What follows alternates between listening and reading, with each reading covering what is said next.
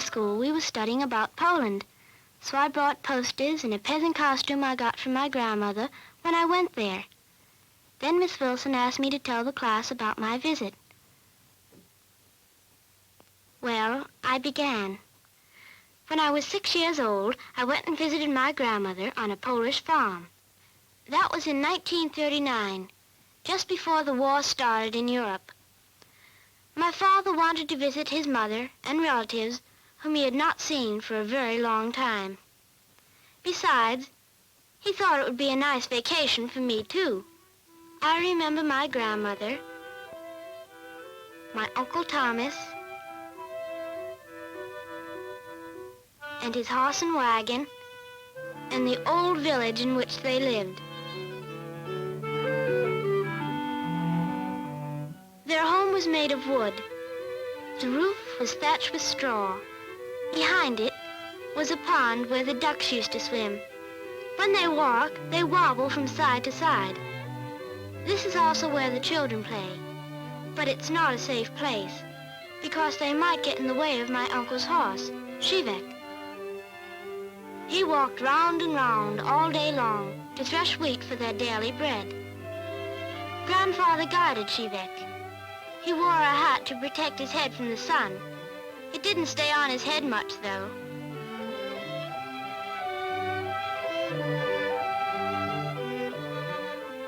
Everybody works hard to raise enough food to eat. You see, Polish peasants do not buy food from the stores the way we do. Everything they eat comes from their own farms. The women dig potatoes while men do harder chores.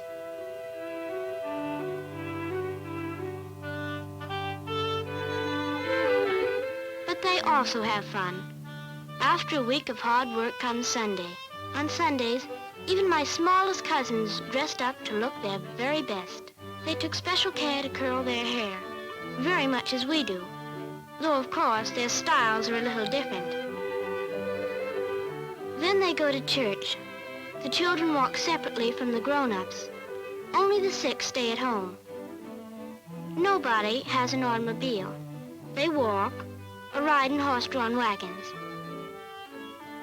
Some ride their bicycles. The wagons are parked near the church. The horses munch hay while they wait. In my grandmother's village, women and girls wear the same costume. My aunt told me these are called Lovich costumes because they are worn only in Lovich province. They are very heavy and hot since they are made up of at least 3 woolen skirts. One Sunday, there was a wedding at the church. The bride and groom had to push through the crowd. The bride wore the Lovich costume with a veil over it. Afterward, there was a dance in the open air. The dance was called the Kujawiak. When Chopin was a little boy, he listened to this music. And when he became a great composer, he wrote many beautiful tunes based on Polish folk songs.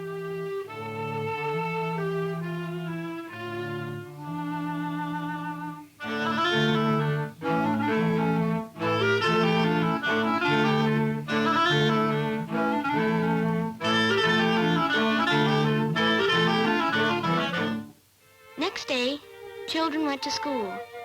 In school, the little ones dance in a circle, sing songs, and clap their hands.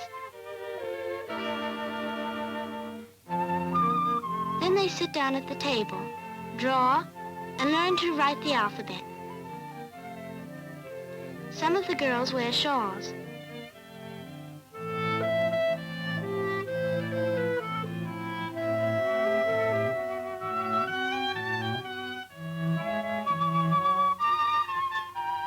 It is strange to see them play the same games we do.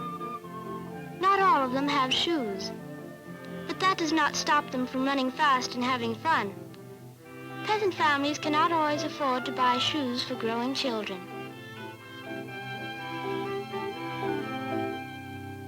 After a few weeks, we left my grandmother's village to visit Krakow.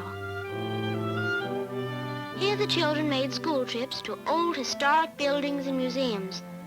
We do that here in America, too. numbers on their hats stand for their school.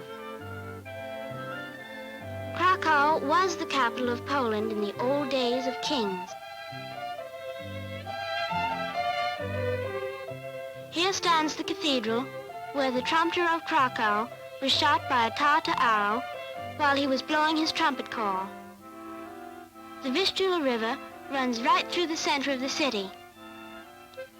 The peasants of Krakow have a dance they call the Krakowiak. These costumes are very colorful. The boys wear peacock feathers in their hats, and the girls have gay ribbons and beads.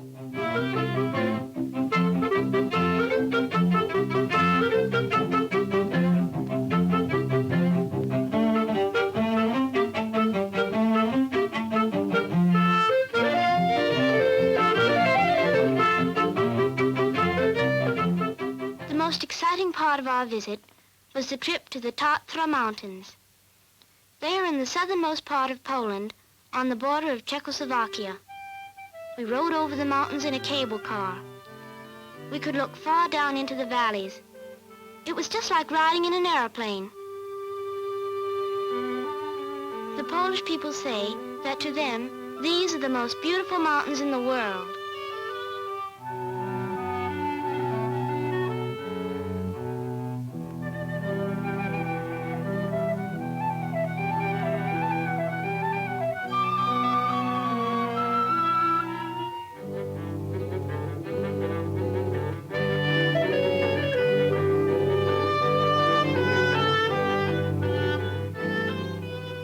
This is where the Górals live.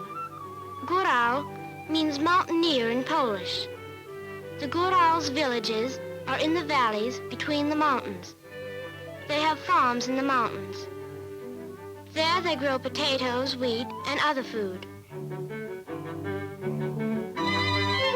But the Górals are shepherds. Small children tend the sheep in the meadows. Their clothes are made of sheep's wool. The beautiful design on the trousers are embroidered by hand. Grown-up men wear the same costumes. Around their hat is a band of seashells. That is because, as the Górals say, they originally came from the seacoast. Their belts are made by hand out of leather with heavy metal buckles.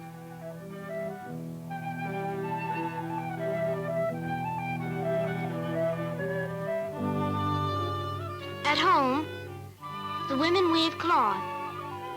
They even make their own shawls and blankets. They paint pictures on their dishes and carve beautiful designs in their spoons and furniture.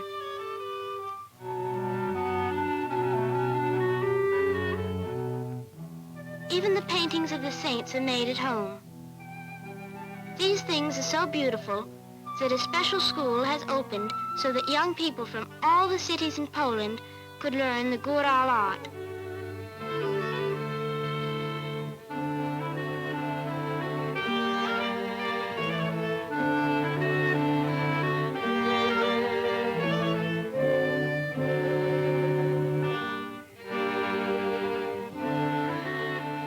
While the boys learn wood carving, the girls make laces. One of the favorite designs is a mountain flower.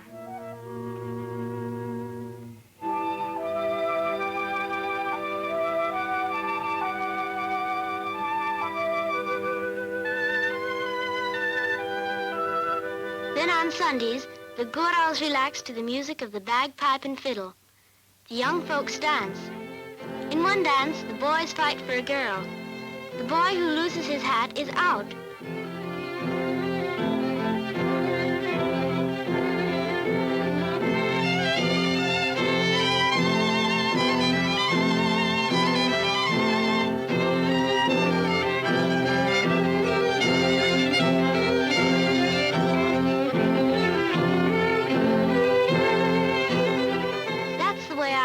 Poland. The gay dances, the beautiful costumes, the old historic buildings, and the hard work in the fields. Our last stop in Poland was Gdynia. Gdynia is a new city port on the Baltic Sea. It is clean and modern and reminded me of America. Then came our ship, flying the American flag. And then, goodbye to Poland as we left for home. We did not expect at that time that war would come to Poland so soon.